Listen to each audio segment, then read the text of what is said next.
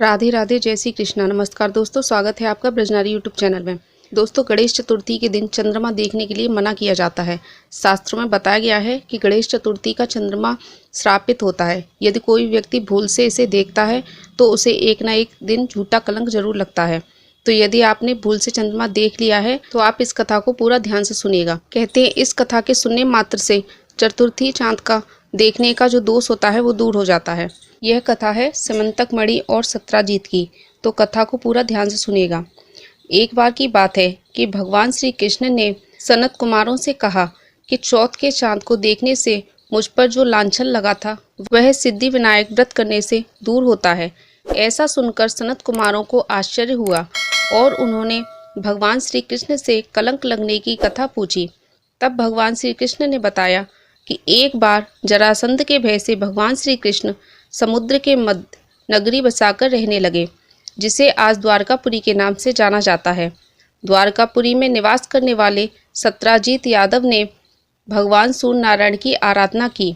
तब भगवान सूर्य नारायण ने प्रसन्न होकर उसे प्रतिदिन 8 भार सोना देने वाली स्यमंतक मणि अपने गले से उतार कर सत्राजीत को दे दी। मणि पाकर सत्राजीत समाज के लोगों के बीच गया।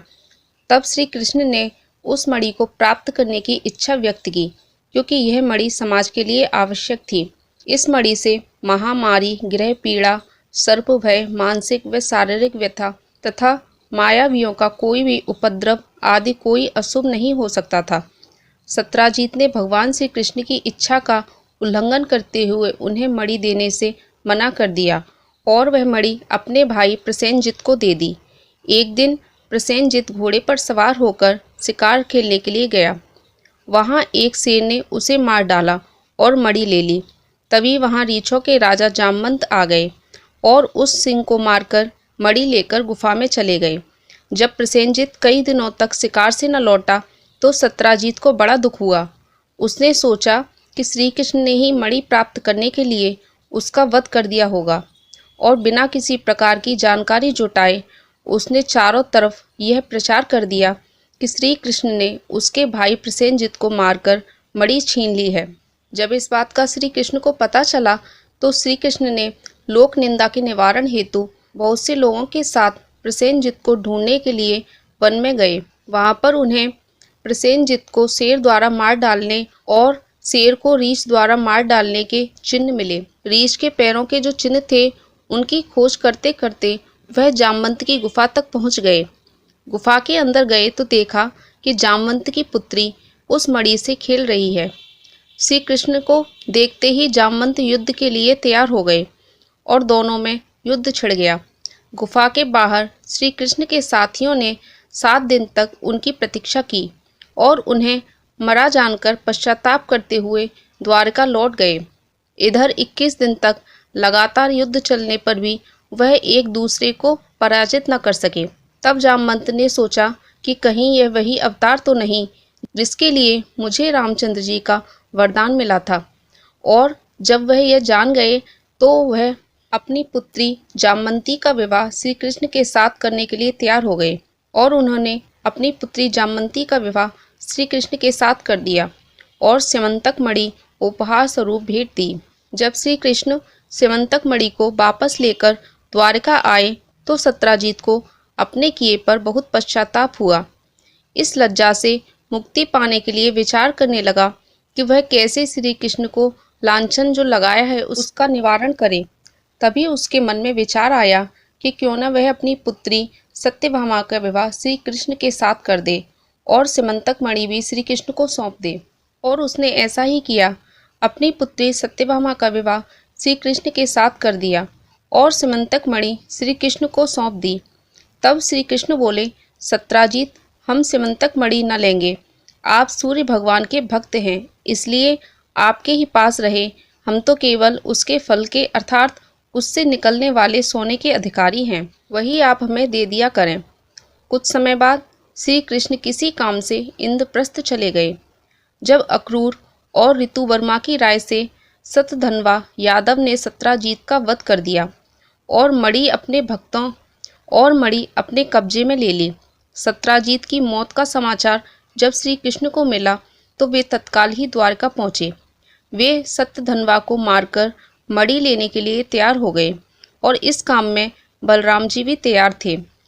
यह सब जानकर सत्यधनवा ने मणि अक्रूर को दे दी और स्वयं भाग निकला। श्री कृष्ण ने उसका पीछा करके उसे मार डाला, लेकिन मणि उन्हें नहीं मिल पाई। तब बलराम जी भी वहां पहुंच गए और श्री कृष्ण ने उन्हें बताया कि मणि इसके पास नहीं है। तब बलराम जी को विश्वास न हुआ और वे अप्रसन्न होकर विदर्भ चले गए। श्री कृष्ण के द्वारका लौटने पर लोगों ने उनका भारी अपमान किया और तत्काल ही यह समाचार फैल गया कि स्यमंतक मणि के लोभ में श्री कृष्ण ने अपने बड़े भाई का त्याग कर दिया है।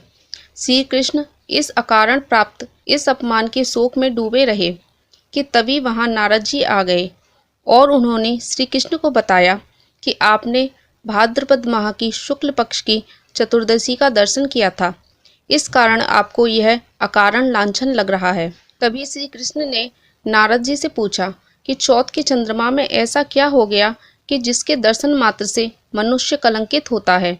तब नारद जी बोले कि एक दिन ब्रह्मा जी ने चतुर्थी के दिन गणेश जी का व्रत किया। गणेश जी ने प्रकट होकर ब्रह्मा जी से वर मांगने को कहा, तो उन्होंने मांगा कि मुझे सृष्टि की रचना करने में कोई मोह न रहे।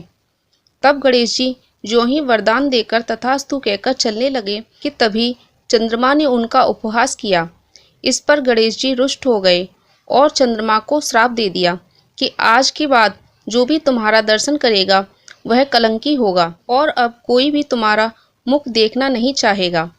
और वह ऐसा श्राप देकर अपने लोक को चले गए और चंद्रमा मानसरोवर की कुमुदनियों में जाकर छिप गया। चंद्रमा के बिना प्राणियों को बड़ा कष्ट हुआ। उनके कष्ट को देखकर ब्रह्मा जी की आज्ञा से सभी देवताओं ने गणेश जी को प्रसन्न करने के लिए व्रत किया। देवताओं के व्रत से प्रसन्न होकर गणेश जी ने वरदान दिया कि अब चंद्रमा श्राप से मुक्त हो जाएगा, लेकिन चतुर्दशी के दिन जो भी यह चंद्र दर्शन करेगा उसे झूठा लांछन जरूर लगेगा, परंतु जो मनुष्य प्रत्येक द्वितीया के दर्शन करता रहेगा वह इस कलंक से बचता जाएगा। इस चतुर्थी को सिद्धि विनायक व्रत करने से सारे दोष छूट जाते हैं। यह सुनकर सभी देवता अपने अपने स्थान को चले गए। कुरुक्षेत्र में युधिष्ठिर ने भगवान श्री कृष्ण से पूछा कि भगवान, मनुष्य की मनोकामना सिद्धि का कौन सा उपाय है? किस प्रकार मनुष्य धन, पुत्र, सौभाग्य तथा विजय प्राप्त कर सकता है? यह सुनकर श्री कृष्ण ने उत्तर दिया कि तुम यदि पार्वती पुत्र श्री गणेश की विधि पूर्वक पूजन करो तो तुम्हें निश्चित ही सब कुछ प्राप्त हो जाएगा। और उन्होंने विधि पूर्वक पूजन किया, व्रत किया और महाभारत के युद्ध में विजय प्राप्त की। तो दोस्तों, आपको यदि कहानी अच्छी लगी हो तो वीडियो को लाइक कर दीजिएगा, कमेंट में बताइएगा कहानी कैसी लगी। और अगर आप चैनल पर पहली बार आए हैं और अभी तक चैनल को सब्सक्राइब नहीं किया है तो सब्सक्राइब कर लीजिएगा और साथ में बेल आइकन प्रेस कर लीजिएगा, जिससे कि आने वाली वीडियो की नोटिफिकेशन आपको मिलती रहे। वीडियो को पूरा देखने के लिए धन्यवाद। राधे राधे, जय श्री कृष्ण।